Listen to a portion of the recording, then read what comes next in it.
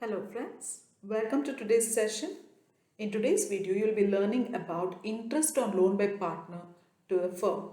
Now you know that partners contribute towards the capital of the firm. But sometimes in the business, it is possible that some additional amount is required. Then under such circumstance, the partners might lend that amount to the firm. Now, such amount which is lent is recorded in the books of the firm as loan by partner.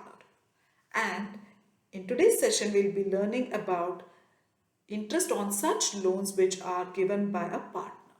So first, let us understand certain important provisions related to the interest on such loans by partner to the firm. The first thing that you have to understand is that interest on partner's loan is a charge against profit. Now, what do we mean by charge against profit? When you call any particular item as a charge against profit, it means it goes into your profit and loss account. It is taken in the computation of your net profit. This amount would be subtracted. So to find out the net profit, those items which are subtracted are called as items of charge. And this interest on partner's loan, which is given by the firm to the partner for the amount lent by the partner, it would be taken as an item in the debit side like any other expense, revenue expense of the business. And therefore, it would go into the computation of your net profit. As you all are aware that items related to partners like your interest on capital or interest on drawings or the remuneration to partners were all appropriations. So this is one of the item which is a charge against profit when it is related to a partner. So there are basically two items. One, interest on partner's loan. Another one is a rent to a partner. These are the only two items which are charged. Whereas all other items which are related to partner is normally an appropriation of profit. I hope that is clear.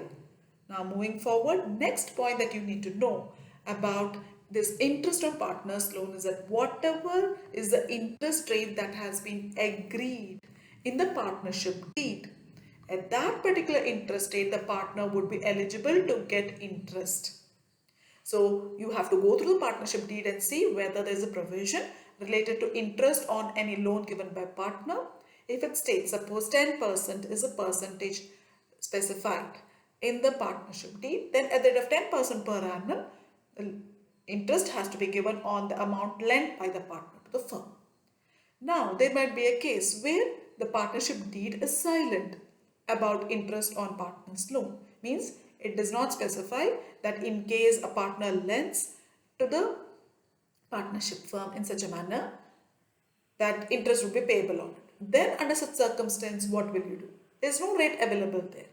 So which rate would you take? Whether the partners are eligible for interest or not. Now what you have to understand is that this is interest which is given by the firm to the partner on the loan that the partner has given. And therefore, we will be referring to the provisions of the Indian Partnership Act. In the Indian Partnership Act of 1932, if you remember, in respect of certain items, when agreement is not there, then what is to be done has been specified. So, under that, we find that in case of such loans given by a partner to the firm, no rate has been agreed and it's not there in the partnership deed, then in such circumstance, the partners are entitled to get 6% per annum. Usually, I find that the students confuse in respect of interest on partner's loan and the interest on capital. There is a difference. When in respect of the interest on the capital contributed by the partner to the firm, they might be entitled to interest. But however, in that case, only when a rate has been agreed in the deed, they will be entitled. If there is no rate agreed, then no interest on capital. But in this case, this interest is on the loan made by a partner to the firm. So it is different in the sense that first of all, it's a charge against profit. Second of all, in case rate is agreed, then that rate applies. If there is no rate agreed, then the partners would be entitled to at least 6% per annum has to be given on such loans given by the partner to the firm. That is how it is different from the interest on capital. Now moving further, the next point that you have to remember is that in respect of the loan amount which has been given with the partner, in case of at the time of dissolution of the partnership, first the loan which is given by the partner would be repayable before the repayment of the partner's capital. So these are the important provisions that you have to remember, keep in mind related to interest on partner's loan to the firm. Now moving further, I will be discussing now the journal entry that you will have to pass. Now there are just two journal entries that are required to be passed. First one is when you have to provide the interest on loan by partner. You know this interest on loan is paid by who? By the firm to the partner. Because partner has lent the amount to the firm, therefore interest would be payable by the firm to the partner. So it is a nature of an expense for the firm. So that is why we would be debiting interest on loan by partner account with the interest amount, and it is payable to the partner. So we would credit it into the loan by partner account. And then this is basically for the provision of interest. Second one is we have to close out this interest on loan by partner account. So where will we transfer this? As in the first point, important provision we saw, it is a charge against profit. So where does it go? It goes into the profit and loss account. And therefore, we would be debiting the profit and loss account and crediting the interest on loan by partner. So this way you see the debit here is nullified with a credit and it is getting transferred to profit and loss account, and the amount which is payable is getting credited to loan by partner account. So these are the just two journal entries that are required to be passed. So looking at the question, if they say pass journal entry for provision of interest on loan, please pass only this entry. If they say pass journal entries related to interest on loan by partner, you provide for the interest on loan, pass this entry and also close the interest account too. I hope that is clear. Further, now as in the first case we saw that important provision was this interest on partner's loan is a charge against profit.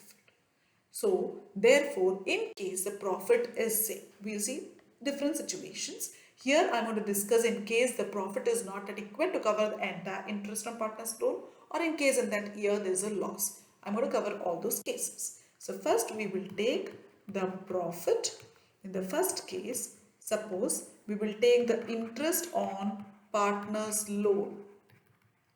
We have calculated as per the rate given on the loan and it turns out to be 10,000.